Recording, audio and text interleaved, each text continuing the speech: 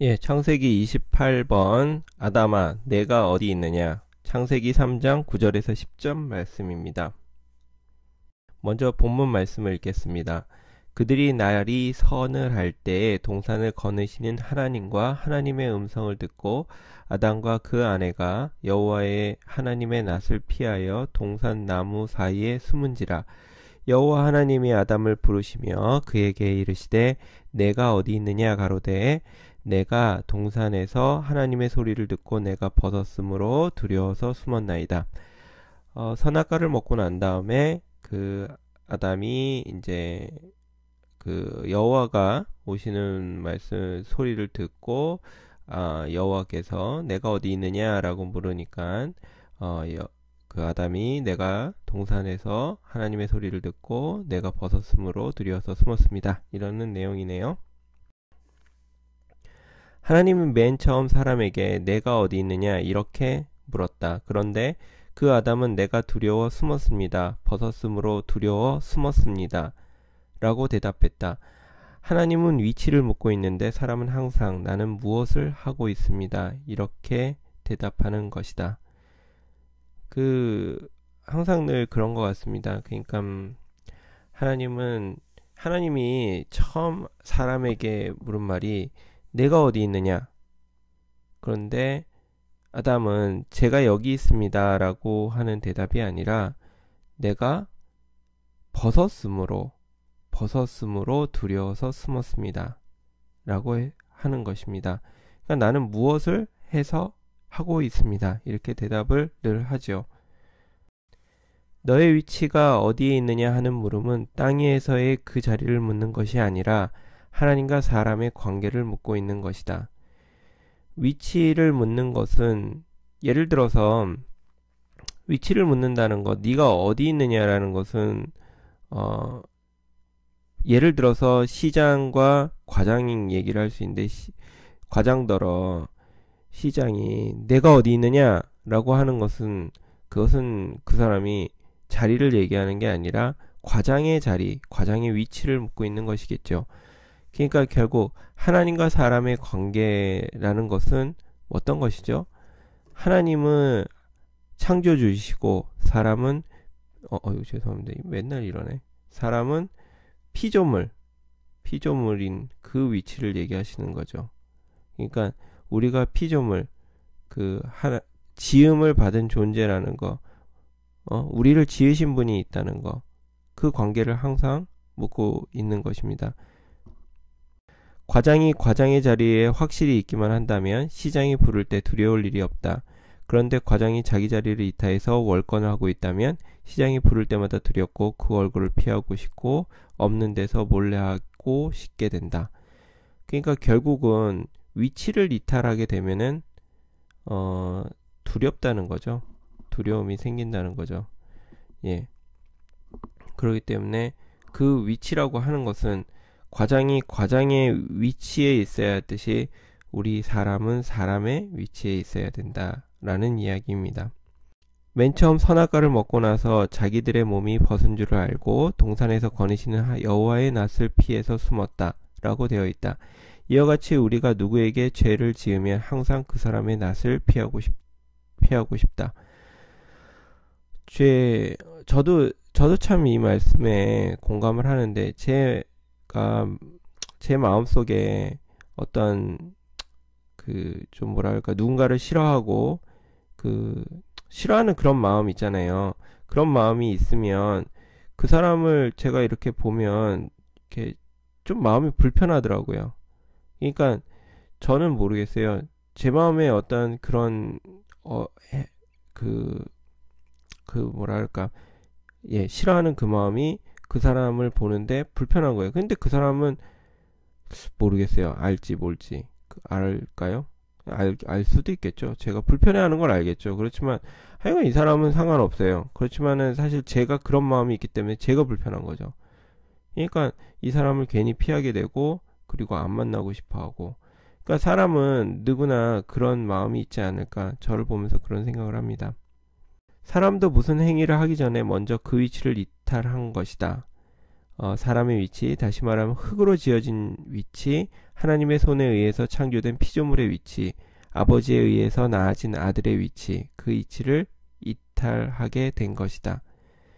자, 어떤 위치라고 되어 있죠? 사람의 위치.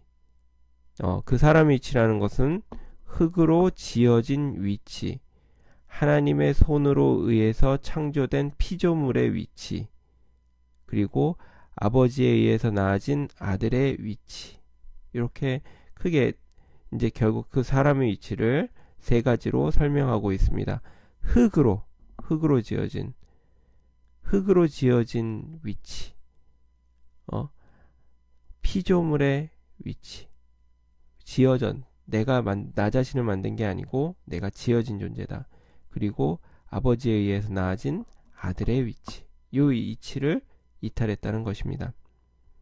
나는 역사의 이래로 지금까지 예수님처럼 사람의 위치가 분명한 분을 보지 못했다. 도덕적으로 훌륭한 분도 있고 종교적으로 훌륭한 분도 있고 철학적으로 심오한 분도 있지만 예수님 같이 사람으로서 위치가 확실한 분이 없다는 것이다. 그 위치를 볼 때 항상 늘 예수님께서 처음 광야에 나가실 때 사단에게 시험받는 장면이 나옵니다. 이 시험받는 장면에서 네가 떡을 만들어 보아라 그랬더니 사람은 돌로 떡을 만들어서 먹는 존재가 아니라 하나님의 말씀을 들어야 되는 존재다 라고 하시는 첫 번째 그 시험을 이기셨고요. 두 번째 네가 성전의 꼭대기에 올라가서 네가 떨어져 봐라. 그러면은 네가 하나님의 아들이면 하나님께서 지켜주실 것이다. 그렇게 얘기했더니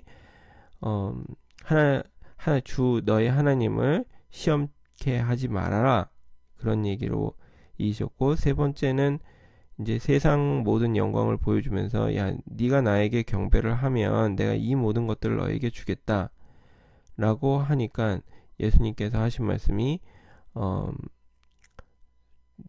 나의 주 하나님만을 경배하는 것이 내 존재다 라는 그런 세 가지로 그랬더니 사단이 이제 물러갔다는 얘기를 했습니다. 이것은 굉장히 큰 역할, 그러니까 우리에게 보여주는 게 굉장히 많은데요. 사실 예수님이 사단을 이길 때 어떤 바람과 어떤 굉장한 능력으로 사탄을 이긴 것이 아니라 정말 사람의 위치로서 사탄을 이긴 것입니다. 그러니까 결국 사람이라는 것은 돌로 떡을 만들어서 먹는 게 아니라 하나님의 말씀으로 살아야 한다. 그리고 사람이라는 것은 하나님을 시험케 하는 것이 아니다. 세 번째, 사람이라는 것은 오직 하나님을 경배하는 존재인 것이다. 이 존재로, 사람의 위치로 이겼다는 것입니다. 그 위치가 정말 정확하니까 사단이 물러갔겠죠. 나는 왜 그런 분을 따르지 않고 예수를 따르는가? 그것은 예수님 자신이 좋은 말을 해서 그런 것이 아니고 좋은 일을 해서 그런 것이 아니라 무슨 남보다 엄청난 사랑을 갖고 있어서 내가 따르는 것이 아니라 그분 자신이 인간의 진실이기 때문이다. 진실이라는 것은 바로 사람의 위치를 얘기하는 것입니다. 사람의 위치. 그 사람의 위치에 있었을 때 우리는 진실될 수 있고 진실하게 있을 수 있는 것이죠. 아무것도 가려지지 않은 그 상태, 우리의 온전한 사람의 위치, 거기에 있을 때만이 우리는 진실할 수가 있게 되는 것이겠죠. 피조물이 피조물의 자리를 확고하게 인정하고 그 자리에 서 있는 것이 진실이다. 그 사람의 위치, 그 자리를 떠나서 자기가 무엇이 된 줄로 생각하면 그것이 바로 거짓이고 그것이 바로 위선이다. 그렇기 때문에 예수는 진실이고 충신이다. 정말 그렇겠죠? 하나님이 내가 어디 있느냐라고 묻는 것은 나는 흙입니다. 이 대답을 듣길 원하는 것이고 나는 아들입니다. 그리고 나는 피조물입니다. 이 말을 들으려고 하는 것이다. 그런데 사람은 그 말은 싹 감춰버리고 나는 사장 위의 회장입니다. 나는 박사입니다. 나는 도덕가입니다. 나는 종교적으로 이러한 사람입니다. 나는 병을 고칠 줄 아는 사람입니다. 이렇게 대답하려고 한다. 그것이 바로 거짓이다. 정말 그런 것 같아요. 누구한테 누구죠? 라고 자기 소개를 할 때 늘 보면은 우리는 뭘 소개하죠? 나의 직업, 나는 이런 사람입니다. 나는 이런 하는 사람입니다. 행위라는 것으로 우리를 설명하는 것 같습니다. 우리가 무엇을 하고 먹고 사는지, 또 내지는 나는 회장입니다. 나는 CEO입니다. 나는 근데 사실 이것은 우리의 진실한 위치가 아닌 거죠. 그것은 진정 내 위치가 아니고 우리의 진정한 위치는 하나님이 묻고 있는 내가 누구냐, 내가 어디 있느냐 라는 그 대답은 나는 흙입니다. 나는 아들입니다. 나는 피조물입니다. 나는 흙이기 때문에 아무것도 아닌 흙입니다. 빚어지는 대로 빚어지는, 토기장이가 빚는 대로 빚어지는 흙이입니다. 나는 피조물입니다. 나는 내가 내 인생을 창조하지 않았습니다. 나를 창조하신 분이 내 인생을 창조해 나가시는 나는 피조물일 뿐입니다. 나는 아들입니다. 나는 아버지가 있는 아들입니다. 내 아버지가 원하는 대로 아버지가 그 주신 삶을 사는 그 아들입니다. 그것이 우리의 위치라는 것이죠. 지금 인생들이 하나님 앞에 내놓고 있는 대답은 전부 아담이 하나님 앞에 내놓은 대답과 똑같은 것이다. 내가 벗었으므로 두려워 숨었습니다. 그래서 이 벗은 것을 가렸습니다. 명예로, 지식으로, 돈으로 가렸습니다. 결국 나는 누구입니까? 라는 대답에 나는 이러한 박사입니다. 나는 이렇게 명예로운 자입니다. 저는 이게 박사인가? 명예는 뭐지? 나는 정치가입니다. 이게 되나? 정치가 명예로운가? 모르겠습니다. 돈입니다. 나는 회장입니다. 이런 것으로 가렸다는 거죠. 자기의 부끄러움을 내가 다 빨간버스 내놓으면 그러니까 부끄러우니까 그 부끄러움을 명예와 지식과 돈으로 가려서 이야기를 하죠. 옛날부터 행위를 따라 옷을 입었다. 왕이 입는 옷과 제사장이 입는 옷이 달랐는데 그것은 행위 때문에 옷이 달라진 것이다. 우리는 그 사람의 옷을 보고 어떤 일을 하는 사람인지 아는 것이다. 이와 같이 옷을 본다면 그 사람의 행위를 본다는 뜻이다. 그러니까 누가 너보고 벗었다고 하더냐라는 말은 나는 너를 행위로 보지 않는다라는 말이다. 정말 그렇다는 생각이 들었어요. 이렇게 탁월한 해석이 있을 수 있을까? 옷은 사실 정말 어떤 사람의 그 사람이 어떤 사람을 아는 것은, 어떤 일을 하는 사람인지를 아는 것은 그 옷을 보고 아는 거 아닙니까? 어떤 사람이 말끔한 슈트를 입으면은 저 사람은 직장에 다니는 사람인가? 이렇게 생각하고, 우리가 그 가운, 저는 이제 병원에서 가운을 입고 일하는데 가운을 입고 있으면 사람들이 의사인가? 사실은 가운 입는 사람들이 다 의사는 아니거든요. 근데 사람들은 의사인가? 이렇게 생각을 합니다. 예. 그러니까 하여간 그 옷을 보고 어떤 사람인지 아는 것은 정말 맞는 얘기입니다. 그러니까 누가 너를 보러 벗었다고 하더냐는 말은 이 벗었다.